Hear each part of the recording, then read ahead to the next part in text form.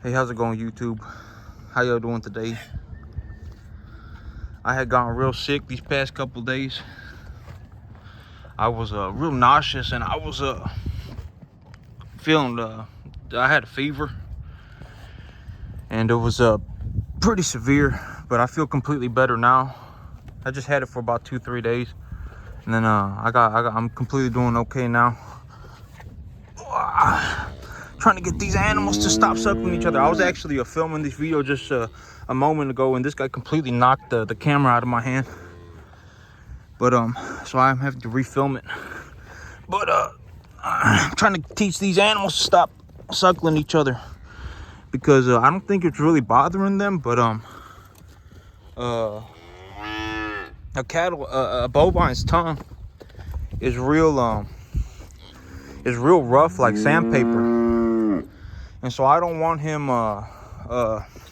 causing a big old cut on her, and then having it get infected or something like that. So I don't really want him suckling on her if it ain't gonna do anything, right? Well, I mean, because he'll sit there and he'll suckle on her for like half an hour. They'll suckle on each other. These were my 2 bottle calves,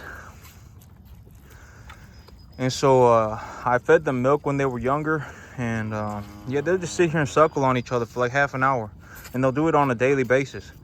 And well, I just try and get them to stop doing it, because I don't want them their tongues are real rough, and if I figured if they do it for long enough, they're going to cause a cut. They're going to cut, there's going to be a cut on them, and I don't want the cut getting infected or anything like that.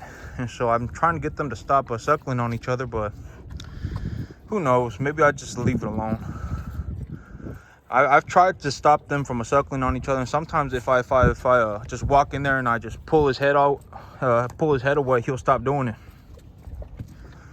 But today he just seems very determined to do it.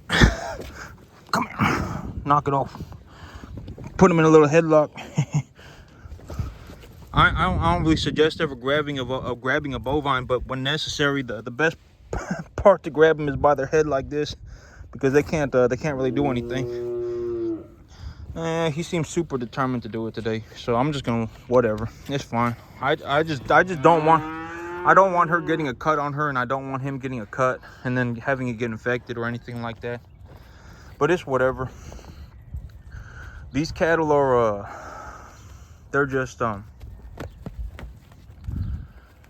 they're on grass right now. They're only getting grain 1 time a day, because that rainfall that we got a couple days ago, I put fertilizer on this field before it rained, and this grass is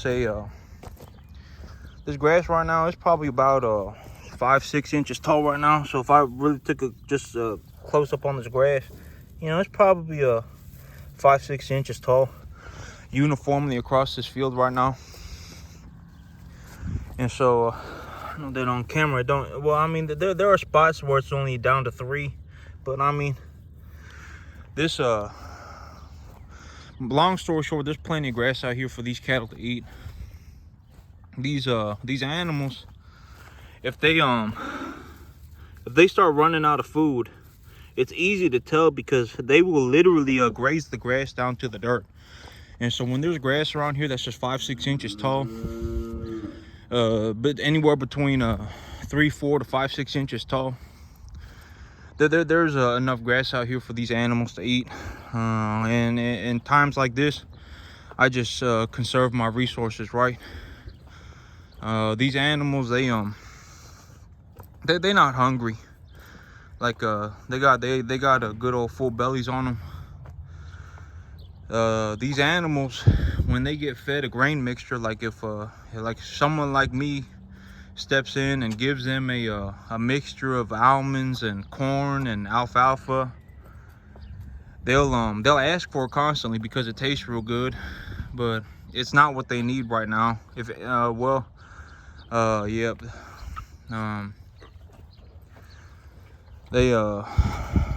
Well,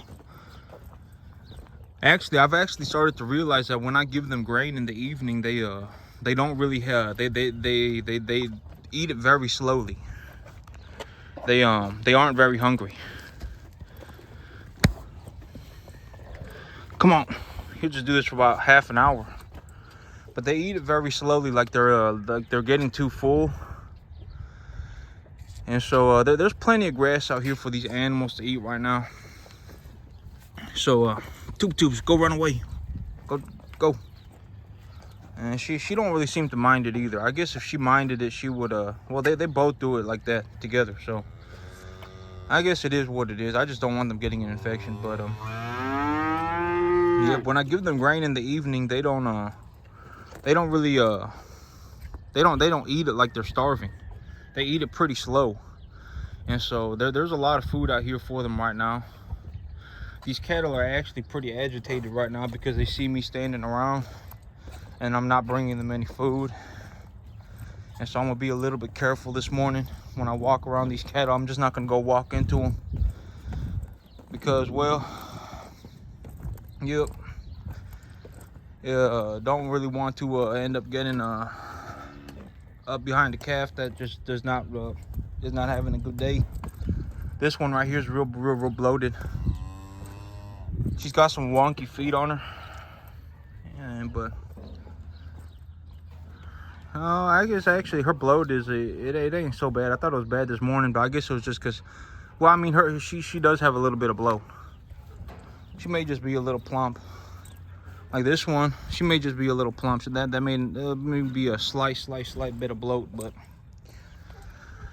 yeah, these animals they're doing okay. They're doing good.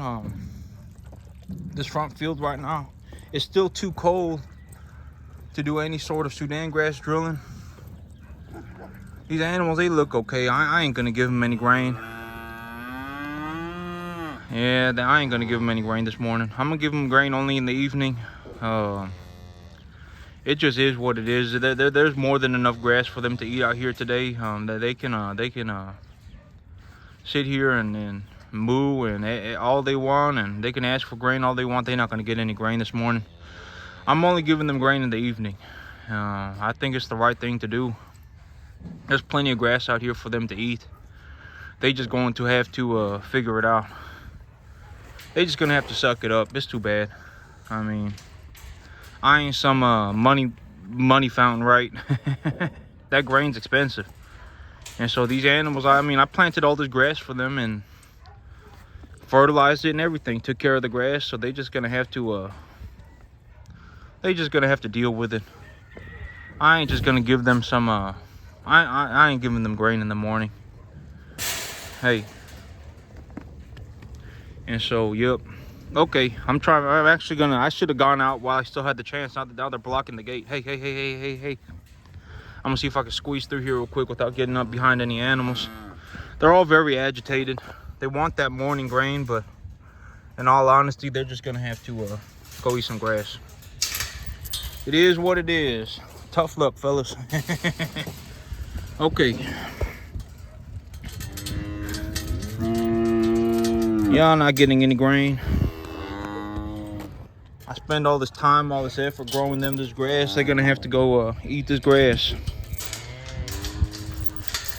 Okay, the front field right now is still a bit too cold to drill Sudan grass. Yeah, they're gonna be upset for a little bit, and then they're just gonna turn around and go eat some grass. So the front field right now, it's too cold to drill Sudan grass, but it's pretty flat. This soil is flattened out real good. I ran a cultipacker over it yesterday, just over this section, and when I ran that cultipacker over this section, it busted these clods up again. You see how it's all just broken apart here? When the soil originally looked like this. You see how it's just kind of smooth and it's kind of one firm piece. And so I decided that I'm not going to run the cultipacker over it again, because if I run the cultipacker over it again, yeah, it does get it smooth, but I'll have to wait for it to rain again before I can drill seed on it. And so yep, well, I mean, if I'm gonna wait for another major rain event, that may be another month. And so yep, I need a significant, if I'm gonna go through the effort of breaking these clods up, of busting these clods up, it takes a large amount of water to push that soil back together. And so if I was going to wait for another rain event like that, I could be waiting another month. And so as of right now, this soil, you see this soil right here, I can actually just push my hand into it. See how I can just push my hand into it? It's firm, but it ain't too firm. And that's my if I ran a seed drill through this, the seed drill would be able to cut right through the soil like that and drop a seed into the soil, even down, maybe even further. You know, the seed drill would be able to cut through this and drop a seed in here. And so this the seed bed is firm enough. It is firm enough. It ain't completely flat, but that ain't the end of the world, okay? It's just like, oh my God, I could have brought in a box blade, and I could have brought in a level grading machine, and done all this, all that, and gotten it super completely flat. Yes, I could have, but in all honesty, this is perfectly fine. If I just if I take this soil right here and I run a grain drill through it, the grain drill will cut this soil open just fine, and it'll drop a seed in here, and then it'll cover it right back up. And this soil right here, it's not so loose that there's a whole bunch of air in it and that it's gonna dry out real fast. And there's not so much air in it that if I get another major rain event, that it's gonna push the soil around real hard. And so this soil is right where it needs to be in terms of getting a seed, drilled into it, but it ain't completely flat. But I mean, having it not be completely flat, it ain't the end of the world. I mean, would it whoa, I just hit some kind of demagnifier or something on my camera. But if the field was completely flat, I mean, that'd be cool, right? But it ain't gonna make or break this make or break what's going on here. And so this field right now, it's still a bit too cold to be drilling Sudan grass into this field. It is well, I'm guessing about that rain that was forecasted next week has gone away. It said it was supposed to be 60% chance rain of every single day next week, but that rain, it went away. It looks like sunny skies for the next 2 weeks. So I'll just keep my eyes on the forecast well, either way, even if it was gonna rain tomorrow, I couldn't drill seed right now because it's still a little bit too cold. When it's 70 degrees outside, 75 degrees outside in the afternoon, and it drops to 55 in the evening, that's just too cold to drill Sudan grass.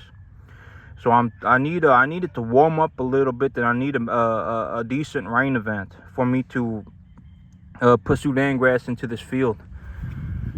But that's gonna be what it looks like. It may be about next week on Thursday or Friday. So I do have patches on this field right now where I got some sod still. But that is I mean this sod right here, I was taking a look at it, and this sod is the ryegrass that I had planted. And so I had just well, I'm guessing that what had happened was that I had plowed this up, and the sod was in such a big clump that it would actually held enough moisture to keep the grass alive. And then when the rain compacted it back down, this sod, the grass just survived. And so this sod, it's the ryegrass that I had planted. And so, but this kind of stuff, it ain't, you know, like if I really wanted to get rid of all this, I could spray it with a glyphosate, and I could remove it chemically. Or you know, I don't want to plow this field again right now, because if I plow this field up again right now and I pull the clods up out of the ground, I'll need a large amount of water to push the clods back together, and I don't have time to wait. And so if I was going to get rid of this sod, I'd spray it with glyphosate or some kind of a grass killer. Usually if it's a grass, I just spray it with glyphosate.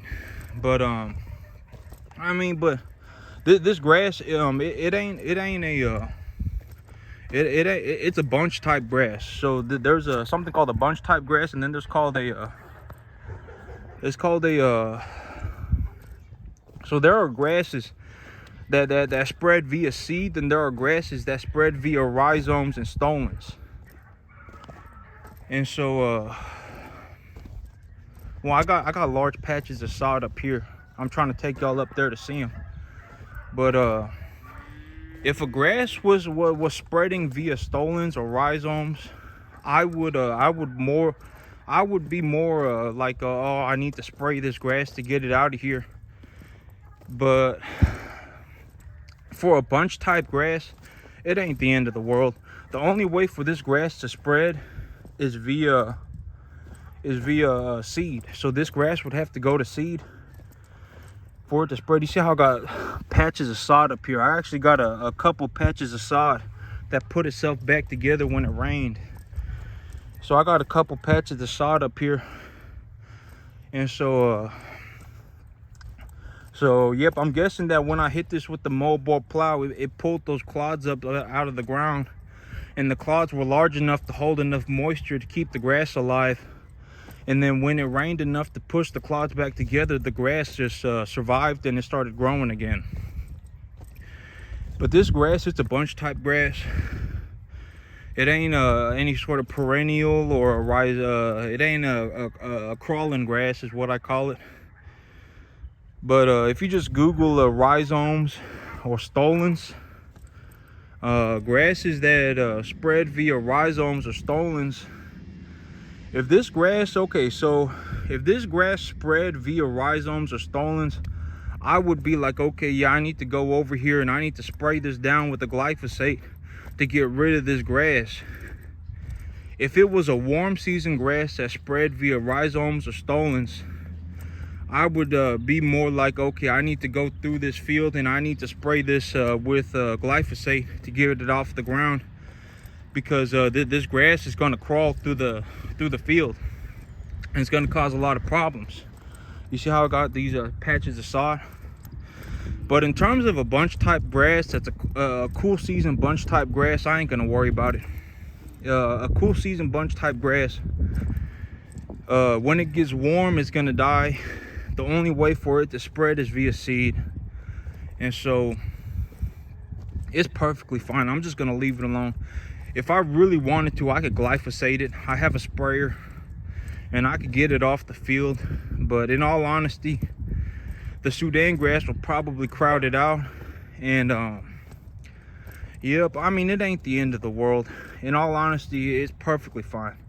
More than likely what will happen is that the Sudan grass will probably crowd the grass out, or it'll just get too hot and the grass will die on its own accord.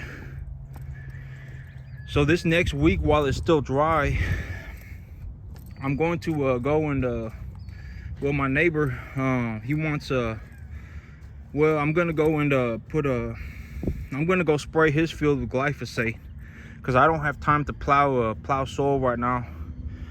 Because if I plowed soil, I would need to wait for a major rain event. Okay, because well, if I plowed soil, that soil will turn into clods like this, you know, like just like what happened before. And so if I plowed his field up right now, I would have to wait for another major rain event. If that major rain event didn't happen for a month, I'd be stuck sitting on my hands for a month.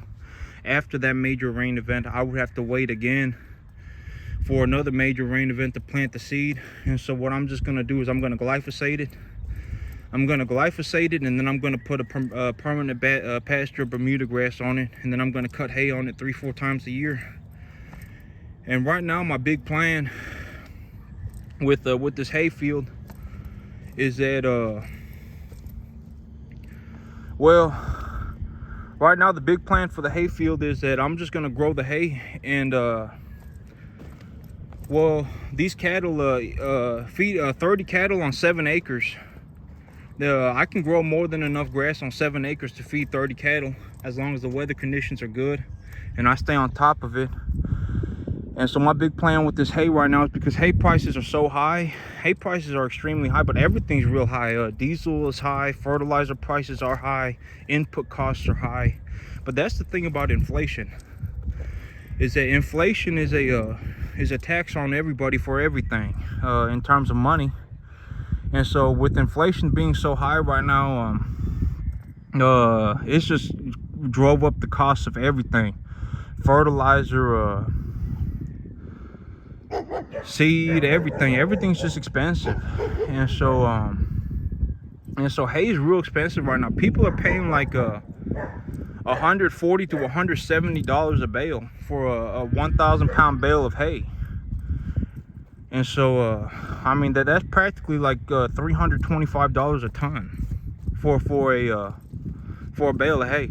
And if I can get well, I'm just gonna see what happens, because if I can get $325 for a ton of hay, I mean, I may as well just sell the hay, right? I may as well just sell the hay and buy grain. Because grain, I got a little piece of glass here. I'm gonna see if I can pick this up. What's up? Yeah, I can pick it up. Okay, but yeah, I mean, if hay is $325 a ton, I may as well just sell the hay and buy grain, because I can grow more grass for the cattle out back. I can grow them forage, and then I can just feed them grain on top of it. But I'll just have to see where hay hay prices go, because right now my big what I'm anticipating right now, well, if inflation does stay oh man, well, I mean, it's hard to tell, because fertilizer costs are so high, diesel costs are high, the cost of everything is high, the cost of equipment is high, everything is very expensive right now. And so I don't really see anything. I don't really see that changing anytime soon. I really just don't see any. I just don't see that changing anytime soon. Even if we enter a recession, prices are still going to stay high. I mean, that's what I would think. Prices are still going to stay high. And so well, okay, so the thing about inflation, right, is that when there's inflation, it's not that everything is going up. It's that the dollar is going down. The value of the dollar is dropping, and that's what's causing, quote unquote, everything to go up. But everything is not going up. The value of the dollar is going down. And so well, during times of high inflation, it's better to hold on to things other than the currency. And so well, when I look at the when I take a look at the economics right now of everything going on,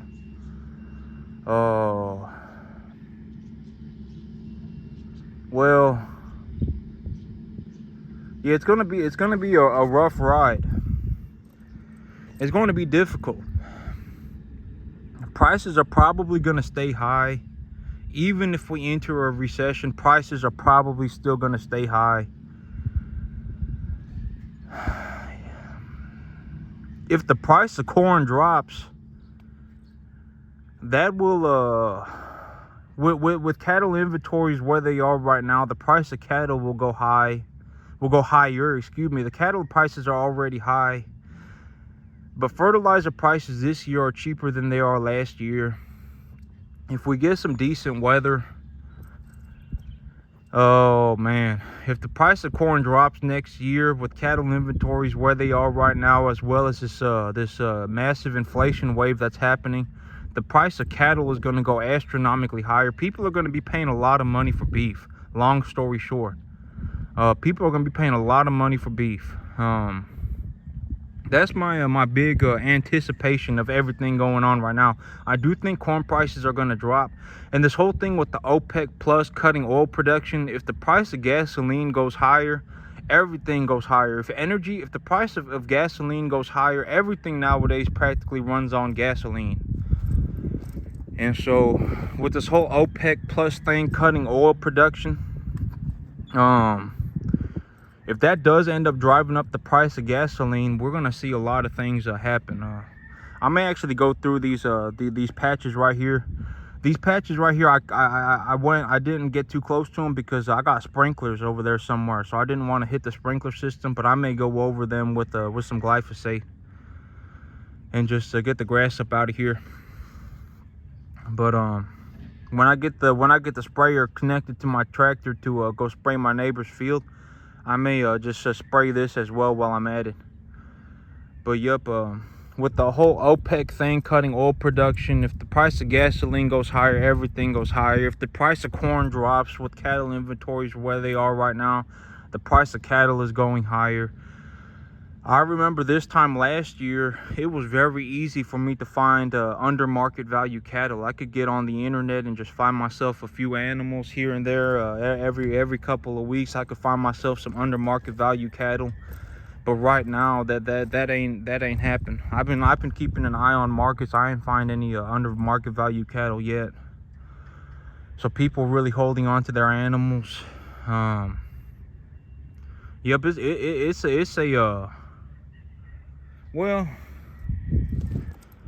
in all honesty, I'm just gonna go and make myself some money, right? Whatever makes me the most money, that's what I'm gonna be doing. If selling hay makes me the most money, I'll go sell hay. If selling cattle makes me the most money, I'll go sell cattle.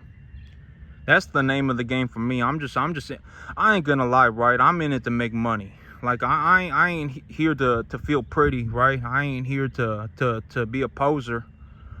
I'm here to make money. And so, you know, like if I just stood in a corner posing, you know, I ain't here to do that. I'm here to make money. And so whatever makes me the most money, that's what I'm gonna be doing. If I see an opportunity to make money selling hay, I'll sell the hay. If I see an opportunity to make money selling cattle, I'll sell the cattle. But I don't think the price of cattle prices are high right now, but I don't think cattle prices are going to get high enough to really produce an income on cattle until the price of corn drops. Because right now, with the price of inputs going up and the price of cattle going up, everything's going up at once. That's just inflation. A rising tide raises all boats, as they say. But to fundamentally make more money on cattle, the price of corn has to drop. There are certain things that need to happen for people to be able to make money on cattle, specifically on cattle. If inventories are low and the price of corn drops, the price of feeder cattle go higher to a point where the people who raise feeder cattle are able to make money.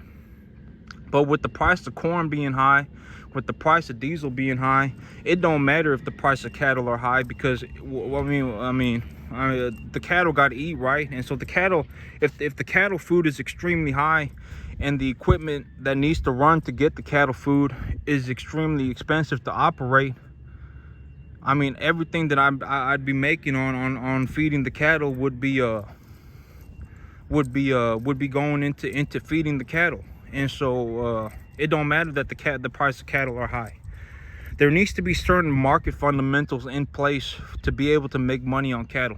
And this year, in all honesty, I think I'll be able to make money growing hay. That's my big thing right now, is I think I'll be able to make money growing hay. And if I can sell that hay, and well, I mean, that's what I think this year. I think this year my big opportunity is going to be in growing hay, in growing cattle feed. And so that's what I'm gonna stick to as of right now. But that's it for me today, YouTube. Y'all have a good one.